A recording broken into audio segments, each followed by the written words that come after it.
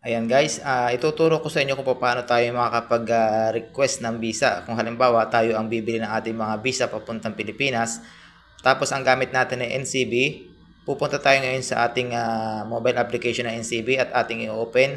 Tapos kapag na-open na natin, pupunta tayo dito sa My Bills. Yung My Bills na yan. Tapos dito tayo sa Government Payment. Pag na-open natin ang Government Payment natin na yan, dito tayo sa Biller. Select natin ang biller. Tapos, dito tayo sa resident services. Kasi nga nawala na yung alien services ba yun? Parang ganun. Dito tayo sa resident services. Tapos, kiklik natin itong services. Tapos, dito tayo sa issue exit entry visa single. Ayan, single. And then pagkatapos, dito sa beneficiary, maglalagay tayo dito sa beneficiary ng yung ating ID, yung ating ICAM ID.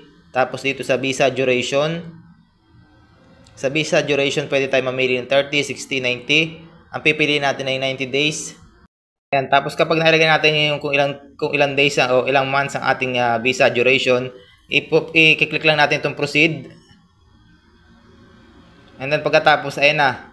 Nandyan yung kung magkano yung ating babayaran, yung 300 reals nga yung ating babayaran. Sa ngayon, hindi ko pa matuloy yung aking pagkuha ng visa kasi nga 18 pa lang ang laman ng aking account. Nag-aantay pa ako ng sweldo. Pero kapag halimbawa may 300 na laman na yung account, pwede mo nang i-press yung confirm para mabayaran mo na yung visa. Ayan.